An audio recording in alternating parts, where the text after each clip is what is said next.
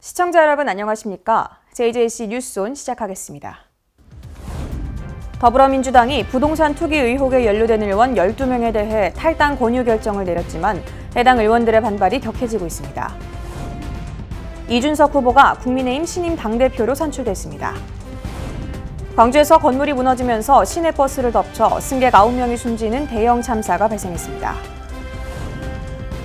더불어민주당이 부동산 투기 의혹이 제기된 의원이 수사를 받아 무혐의가 나오면 복당을 허용한다는 방침을 내놨습니다. 분당 택시기사 흉기 살해 범인에 대한 신상공개 및 엄벌을 청원하는 청와대 국민청원이 올라왔습니다. 네, 국회 소식입니다. 더불어민주당이 국민권익위원회 부동산 전수조사 결과 투기 의혹에 연루된 의원 12명에 대해 탈당 권유 결정을 내린 가운데 해당 의원들의 반발이 격해지고 있습니다. 국민권익위원회가 더불어민주당 국회의원과 가족들의 부동산 거래 전수조사 결과를 발표했습니다. 권익위는 전체 174명 의원 가운데 12명, 건수로는 16건 거래에서 불법 의혹이 조사됐다며 관련 내용을 정부 합동수사본부에 넘겼다고 밝혔습니다. 그럼 조사 결과를 말씀드리겠습니다. 조사를 통해 부동산 거래 및 보유 과정에서 법령 위반 의혹 소지가 있는 사례는 국회의원과 그 가족을 포함한 기준 총 12명, 16건으로 확인되었습니다. 더불어민주당은 8일 국민권익위원회의 전수조사 결과 부동산 명의신탁 의혹, 업무상 비밀 이용 의혹, 농지법 위반 의혹 등 비비 의혹이 드러난 12명에게 자진 탈당을 권유했습니다. 국민권익위원회가 조사권, 수사권이 없다 보니까 자신들이 의혹을 해명하는 데 한계가 있어서 수사기관에 이첩시킨 것입니다. 의원들께서 수사본부 특수본에 가서 확실하게 해명 소명자를 제출해서 깨끗하게 무혐의 처분을 받고 돌아와 주실 것을 부탁을 드렸습니다. 부동산 투기에 대한 국민적 분노가 너무 크고 정치인들의 내로남불에 비판적인 국민 여론이 높은 것이 현실입니다. 우리 당은 부동산 투기 의혹 관련 사안에 대해서만큼은 선제적인 조치를 취하지 않을 수 없습니다. 국민권익위원회의 발표가 있은 지 하루도 안 돼 민주당이 발빠른 탈당을 권유받은 의원들은 강하게 반발하는 등 한동안 후폭풍이 가라앉지 않을 것으로 전망됩니다. 민주당 의원 12명 중 업무상 비밀 이용 의혹이 있다고 권익위가 판단한 국회의원은 임종성, 서영석, 김한정 의원입니다. 권익위 조사에 앞서 세 사람 모두 이미 고발당해 경찰 수사를 받아왔습니다. 먼저 임종석 의원은 가족과 지인 투기 의혹이 수사 대상입니다. 서영석 의원은 2015년 경기도 의원 때 부천시 고강동에, 김한정 의원 배우자는 지난해 지역구인 남양주시 진저읍에 각각 땅을 매수했습니다. 이 중 김 의원은 이미 경찰 수사에서 무혐의 처분을 받았습니다. 서 의원도 이미 서면 조사를 받았다며 땅을 샀을 때 미공개 정보를 이용할 위치에 있지 않았다고 해명했습니다. 더불어민주당 지도부의 탈당 권유에 따라 오늘자로 탈당하겠습니다. 빠른 시일 내에 철저한 수사가 진행되고 저 역시 적극적으로 소명자료를 제출하여 의혹을 해소하고 당으로 떳떳하게 돌아오겠습니다. 경찰은 권익위 자료를 검토한 뒤 기존에 수사하던 내용과 다른 혐의점이 있는지 살펴볼 계획입니다. 이준석 후보가 국민의힘 신임 당대표로 선출됐습니다. 11일 개최된 국민의힘 전당대회에서 이준석 후보가 신임 당대표로 선출됐습니다. 국회의원 경험이 없는 영선의 36세 당대표로 선출되는 것은 대한민국 헌정사 처음입니다. 국민의힘 6.11 전당대회 당원투표 마지막 날인 10일 당원투표 집계 결과 45.36%의 투표율을 기록했습니다. 당원 선거인단을 대상으로 7일에서 8일 이뤄진 사전투표에서 36.16%가 집계됐으며 이후 9일부터 10일까지 이뤄진 ARS 투표에서 투표율이 9.2% 보강됐습니다. 당원 투표 결과와 합산될 국민 여론조사는 9일부터 10일 양일간 실시됐는데요. 지난 11일 오전 10시부터 열리는 전당대회에서 결과 발표가 이뤄졌습니다. 당대표 후보자 5인 중 이준석 후보가 당대표로 당선됐으며 최고위원 후보 10명 중 조수진, 배현진, 김재원, 정미경 후보가 선출됐고 청년 최고위원으로 김용태 후보가 각각 선출됐습니다. 여러분은 저를 당대표로 만들어 주셨습니다. 우리가 지금부터 만들어 나가는 역사 속에 여러분의 지분이 있습니다. 다양한 대선 주자 및 그 지지자들과 공존할 수 있는 당을 만들 것입니다. 세상을 바꾸는 과정에 동참해서 관성과 고정관념을 깨주십시오. 그러면 세상은 바뀔 것입니다. 야권에서는 이번 전당대회가 국민의 관심 속에서 치러진 점을 높게 평가하고 있습니다. 대선까지 앞으로 10개월 남은 상황, 헌정사상 첫 30대 보수정당 대표로서 국민의힘을 어떻게 이끌어갈지 국민들의 이목이 집중되고 있습니다.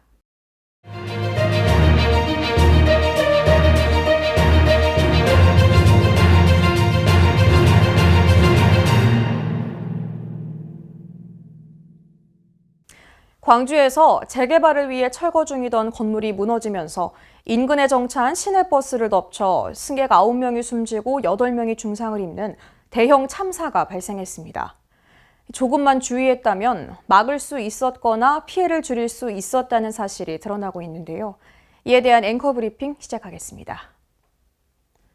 먼저 A일보는 대낮에 대도시 대로변에서 어떻게 이런 어처구니 없는 참변이 발생하는지 납득하기 어렵다고 비판했습니다. 철거업체는 물론이고 시청과 구청, 또 노동청, 경찰 등 안전관리 의무를 방기한 관련 공무원들의 책임을 철저히 묻고 또 재발 방지책을 세워야 한다고 강조했습니다.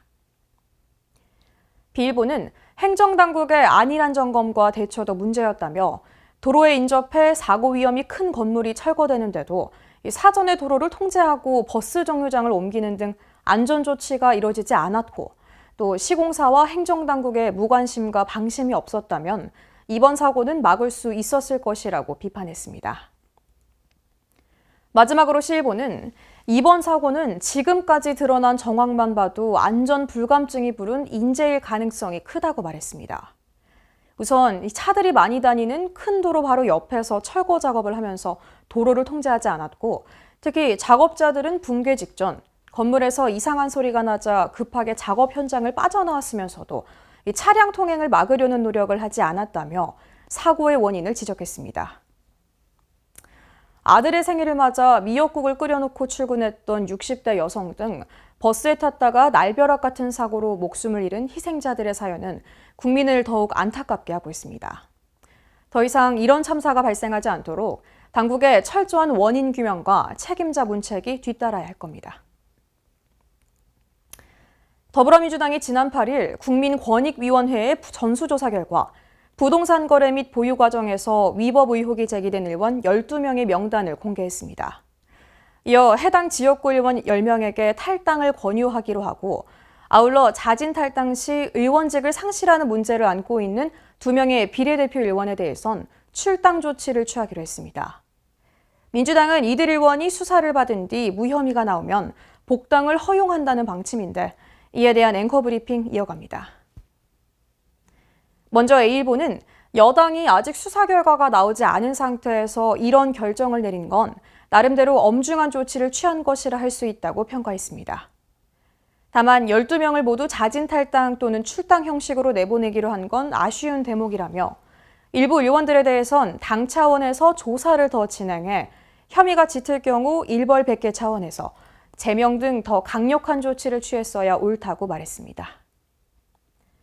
이어서 B일보는 민주당이 의혹의 경중이나 소명 여부에 상관없이 의원들 명단을 전원 공개하고 무더기 탈당을 권유한 건 그간 민주당에 쏟아진 내로남불 비판에서 벗어나고 또 신뢰 회복의 기반을 재건하기 위해 고강도의 처방을 내린 것으로 평가된다고 말했습니다.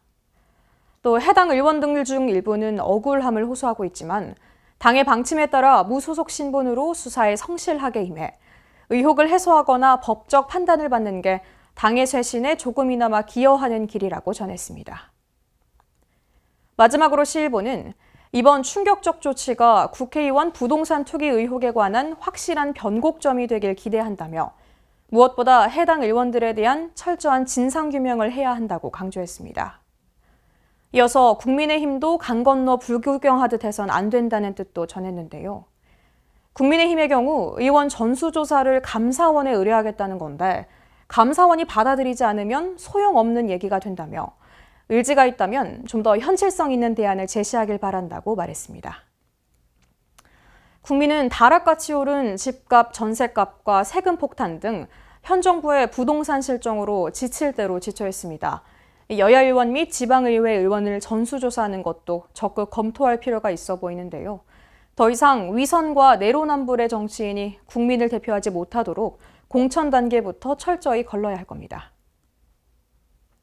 지난달 말 청와대 국민청원 게시판에는 분당 택시기사 흉기 살해 범인에 대한 신상 공개 및 엄벌을 간곡히 청원합니다라는 제목의 글이 올라왔습니다.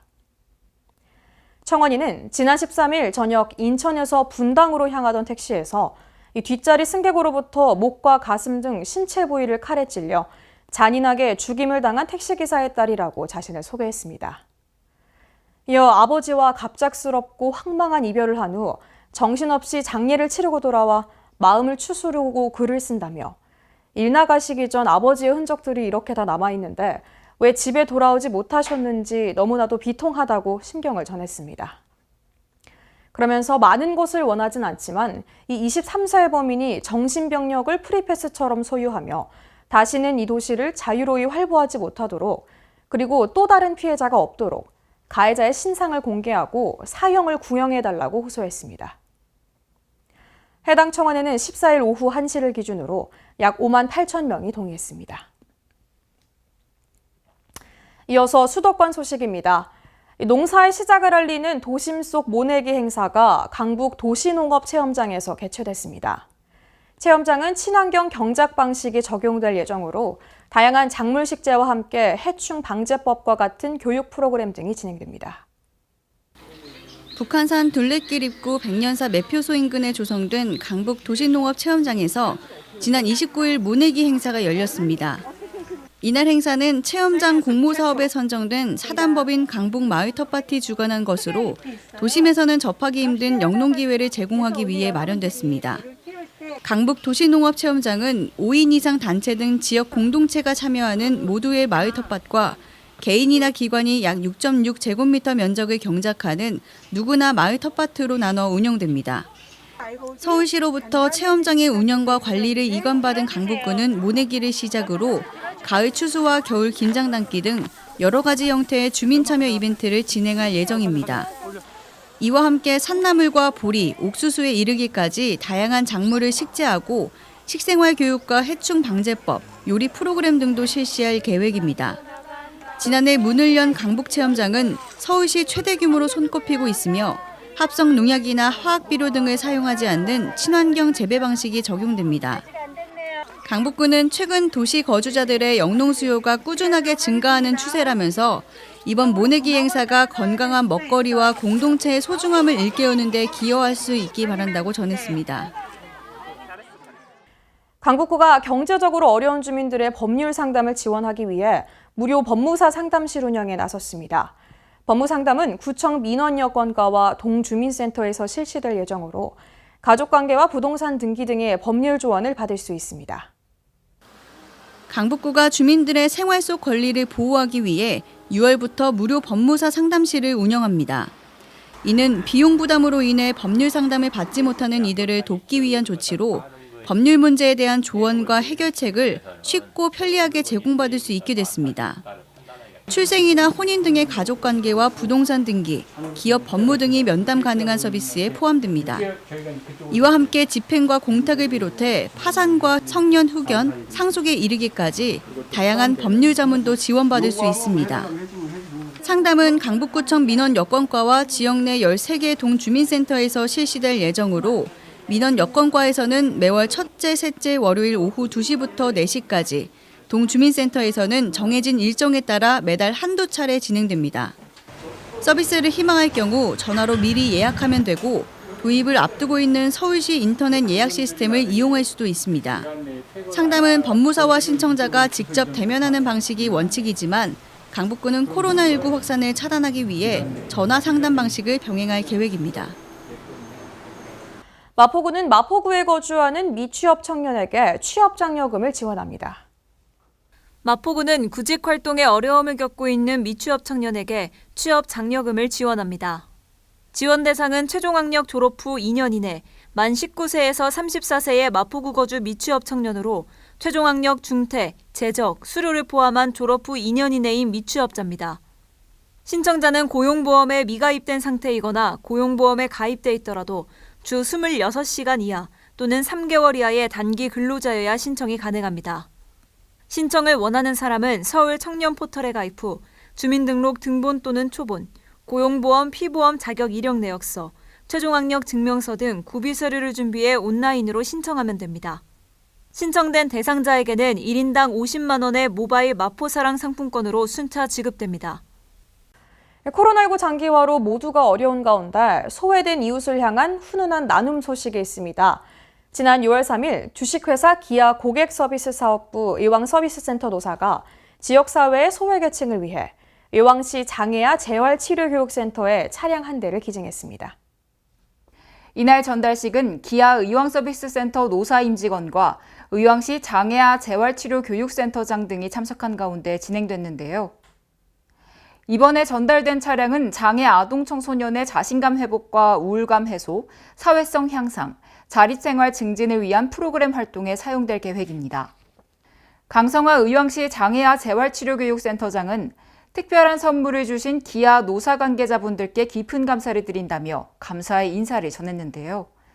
이에 최동창 의왕서비스센터장은 코로나로 인해 어려움을 겪고 있는 상황에서 노사 합동으로 따뜻한 세상 만들기에 작은 도움을 드릴 수 있어 더욱 뜻깊고 기쁘다며 훈훈한 분위기를 이어갔습니다. 한편 기아 의왕서비스센터 노사는 사랑 나누기 차량 기증 사업으로 2020년부터 의왕시 복지단체에 차량 2대를 기증해 소외된 이웃들의 발이 되도록 나눔 활동을 이어가고 있습니다. 광역시 소식입니다. 이 지역 기업의 경쟁력 강화는 물론 양질의 일자리 창출을 돕는 사업이죠. 대전시가 지난해에 이어 올해도 대전형 노사 상생 모델인 좋은 일터 조성 사업을 추진합니다. 대전시가 2021년 좋은 일터 조성 사업에 참여하는 30개 기업의 약속 사항을 시민에게 알리는 선포식을 개최했습니다. 이날 선포식에서 39개 기업 대표는 노사 협력을 통한 일하는 방식 개선과 양질의 일자리 창출을 약속하는 공동 서명을 진행했으며 각 기업별 사업 개선 과제를 정하고 약속 이행을 시민 앞에 선포했습니다. 올해 참여 기업이 실천할 약속 사항은 근로시간 단축, 근로안전과 편의시설 확충 2개 필수 과제와 비정규직 보호, 원하청 관계 개선, 노사 관계 개선 등 6개 선택 과제입니다. 한편 지난 2020년 좋은 일터 조성 사업 추진 결과 참여 기업은 주당 근로시간을 평균 3.25시간 단축했으며 이를 통해 196명의 신규 근로자를 채용하는 등 성과를 거뒀습니다. 광주시가 북구 각화동 농산물 도매시장의 이전 사업을 본격 추진합니다. 1991년 개장한 각화동 농산물 도매시장은 건물 노후화 및 협소한 부지로 인해 상인과 시민들의 불편이 커 시설 현대화나 이전 필요성이 제기돼 왔습니다. 이에 따라 광주시는 이전 타당성 용역 조사를 실시했으며 그 결과 면적 대비 거래 물량 부화 비율이 전국 최고 수준인 6.4톤에 달해 경제 정책적으로 이전이 타당한 것으로 나타났습니다. 도매시장을 찾는 시민들이 주차난 때문에 굉장히 어려움을 많이 겪고 있습니다. 또한 경매장이 좁다 보니까 경매하는데 물동량을 전체적으로 소화하는데 어려움이 너무너무 많습니다. 그래서 더 넓은 곳으로 확장 이전을 추진해 주신다면 대단히 감사한 일입니다. 광주시는 지난 28일 현장을 방문해 시장 시설물을 점검하고 상인 대표 등에게 애로사항을 청취했으며 확장 이전을 위한 특별 전담 조직을 구성해 이전 후보지 선정과 토지 매입 등을 추진할 방침입니다. 강원도 소식입니다. 평창군은 관악구와 문화도시 조성 사업의 협력을 위한 업무 협약을 체결했습니다. 평창군과 관악구는 서울대학교 농생대 평창 캠퍼스가 준공되던 2004년부터 자매 결연 도시로 인연을 맺어 17년 동안 쌓인 신뢰를 바탕으로 문화도시 교류 협력 사업의 다각적 추진을 위해 협약에 이르게 되었습니다. 이날 협약식은 영상을 통해 협약서에 서명을 하는 등 언택트 방식으로 최소한의 필수 인원만 참석했으며 그동안 추진해온 사업과 성과에 대한 홍보 영상물 상영을 통해 단기간이지만 군 구민의 소리를 귀담아 듣고 함께 호흡하며 문화도시를 추진하고 있음을 공유했습니다. 협약의 내용은 상호 협력 체계를 구축해 청년 문화 교류 사업 등 지역 문화 균형 발전을 위한 협력 사업 등을 통해 어올림픽 평창과 문화도시 관악을 조성하려는 두 도시의 의지를 담았습니다. 시민 불편과 어려움을 해소하기 위해 생활 밀착형 아이디어와 정책을 발굴하고 제안하는 생활공감 국민행복 정책참여단의 위촉장 수여식이 열렸습니다. 횡성군 제8기 참여단의 임기는 2021년 3월 1일부터 2023년 2월 28일까지 2년으로 온 오프라인을 통해 다양한 활동을 전개하게 됩니다. 이날 행사에는 4명의 단원이 참석해 위촉장 수여와 함께 2021년 참여단 활동 계획에 대한 공유가 이뤄졌습니다. 군은 발굴된 정책은 해당 부서의 검토를 거쳐 반영 여부를 결정하고 분기별 회의 시 정책 제안 처리 결과를 공유하는 등 정책 관리에 만전을 기할 방침입니다. 네, 충청도 소식입니다. 지난 3월 유네스코 상임자문기구의 지위를 확보한 세계무예 마스터십위원회가 오는 10월 청주에서 세계무예 마스터십과 WMC 컨벤션을 개최합니다. 이번 대회에는 100개국 3,300여 명의 선수들이 참여할 것으로 예상됩니다. 지난해 온라인 WMC 컨벤션 개최로 국제기구로부터 호평을 받은 세계무예 마스터십위원회. 위원회가 오는 10월 28일부터 5일간 그랜드 프라자 청주 호텔에서 온라인 세계무예 마스터십과 WMC 컨벤션을 개최합니다. 이번 대회는 각국 선수들이 해당 국가에서 온라인으로 품새와 가타와 같은 해당 종목의 형을 선보이고 온라인상에서 심판들에게 평가받아 순위를 결정하게 됩니다. 경기와 심판 판정만 온라인상에서 화상으로 진행되며 나머지 경기 운영 방식과 중계 시스템은 오프라인 대회와 동일합니다. 오는 8월과 9월 예선을 시작으로 올림픽 종목인 유도와 태권도를 비롯해 10개 종목이 진행됩니다. 대회에는 100여 개국에서 3,300여 명이 참여할 것으로 예상되고 있습니다. 특히 세계 최초로 개최되는 온라인 국제 종합경기대회로 다시 한번 우리나라의 IT 기술이 돋보일 것으로 기대됩니다. 또한 지난해에 이어 하이브리드 회의로 개최되는 WMC 컨벤션은 WMC 총회, 세계 리더스 포럼, 학술대회, 무예산업페어도 진행합니다. 무예산업페어에서는 국내외 무예산업체들이 참가해 기업과 제품을 소개하고 거래하는 방식으로 국제 스포츠 사상 최초로 만들어지는 플랫폼이자 무예산업페어입니다. 학술대회 역시 세계 최고 우수학자들이 참여하며 IOC 인증단체 등의 지위를 확보하기 위한 경쟁력 확보에도 주력할 예정입니다. 네, 경상도 소식입니다. 양산시가 코로나19 방역관리의 효율성을 높이기 위해 안심콜 전자출입명부 지원 사업을 시행하고 있습니다. 서비스 도입에 따른 업소 부담이 없도록 올 연말까지 관련 비용을 양산시가 전액 지원합니다. 관내 모든 사업장은 양산시 누리집 새 소식란 안내문과 함께 첨부된 신청서를 작성해 시청이나 행정복지센터를 직접 방문 또는 이메일 신청, 누리집 온라인 신청을 통해 신청할 수 있습니다. 안심콜 전자출입명부는 방문자가 자신의 휴대폰으로 양산시 안심콜에 전화를 걸고 업소별로 부여된 안심코드 4자리를 입력하면 방문 시간과 휴대폰 번호가 암호 형식으로 시스템에 자동 저장되는 방식입니다. 수집된 기록은 코로나19 확진자 발생 시에만 역학조사용으로 활용되며 4주 후에는 자동 삭제됩니다. 탄소 중립을 위한 에너지 시스템 개혁이 새로운 글로벌 에너지 패러다임으로 자리 잡고 있습니다. 포항시도 이 기조에 발맞춰 그린 경제로의 이행을 선도하는데요.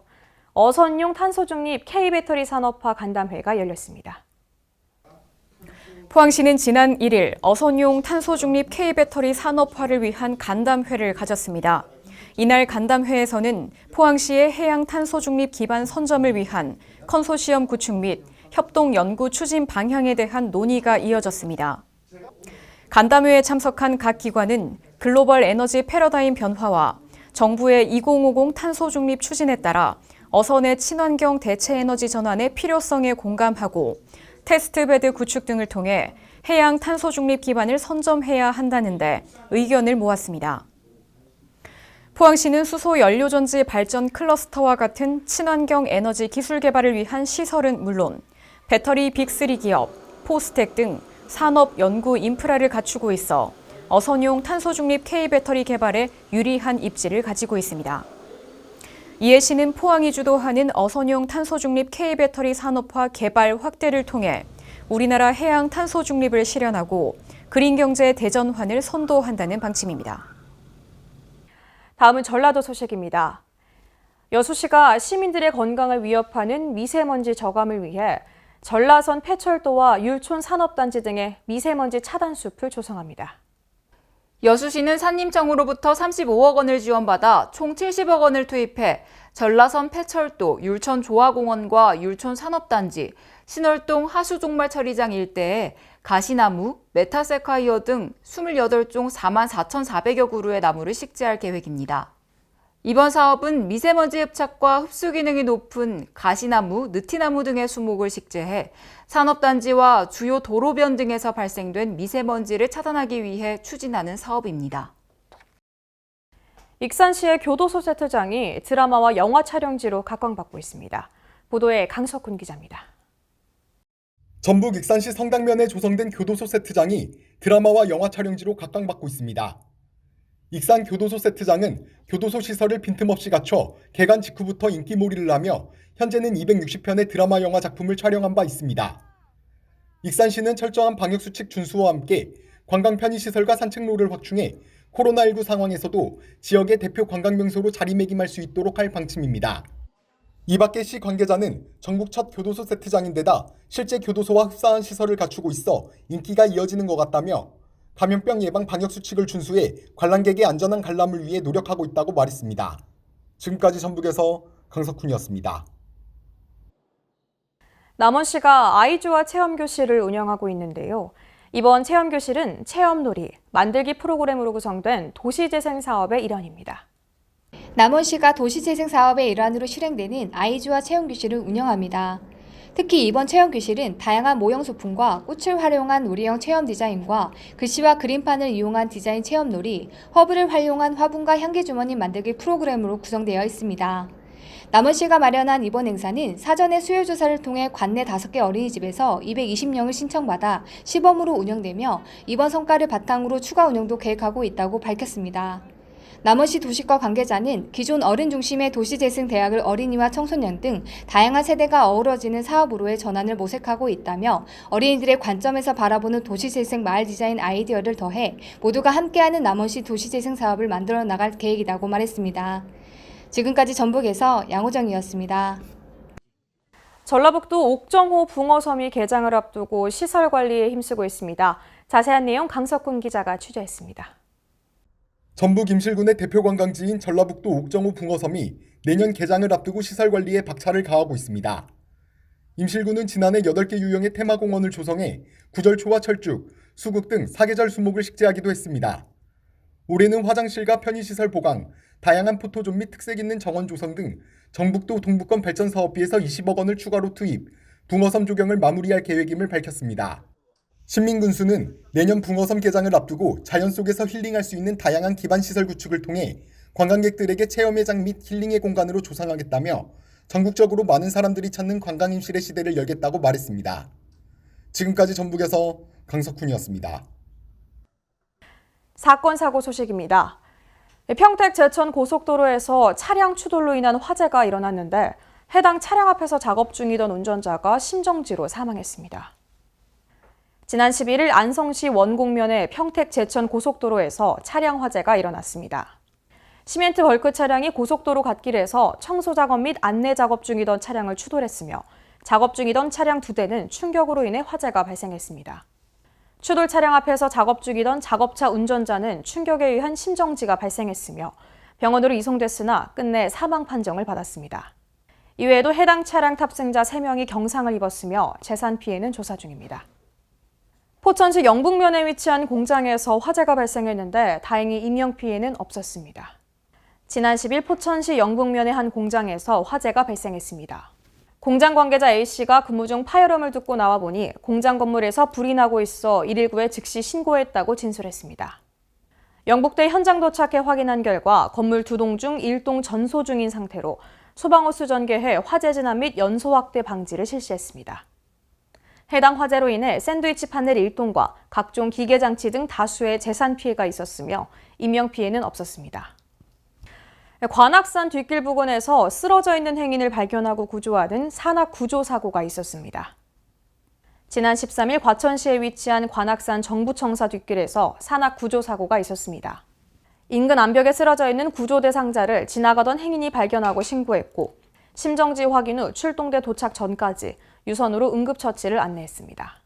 신고 접수 후 구조까지는 1시간 21분이 소요됐으며 구조를 위해 소방인력 20명과 장비 6대가 동원됐으나 해당 구조자는 현재 중상인 것으로 밝혀졌습니다.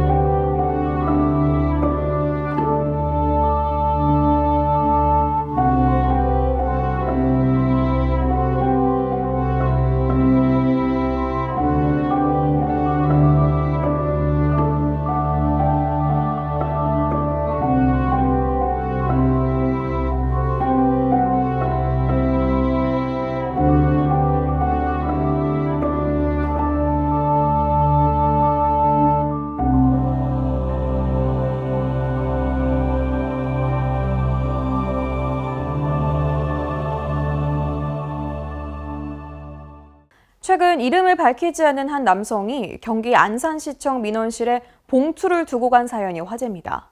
이 봉투 안에는 100만 원짜리 수표와 함께 코로나19 백신 접종에 대한 감사의 글이 들어 있었는데요. 코로나19의 장기화로 모두가 지치고 예민해져 있는 지금 모처럼 따뜻한 소식이 작은 위로가 됐길 바라봅니다. 이상 뉴스 마칩니다. 시청해주신 여러분 고맙습니다.